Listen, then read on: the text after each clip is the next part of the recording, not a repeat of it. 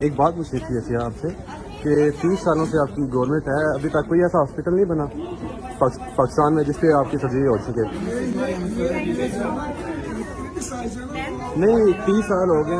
अब पहले पिक्चर बनवा रही थी, अभी चली गई है। अभी एक छोटा सा सवाल पूछा है, 30 साल से ये हम पे गवर्नमेंट कर रहे हैं और अभी जो है सर्जरी अपनी जो है वो लंदन से करवानी जा रही है जी।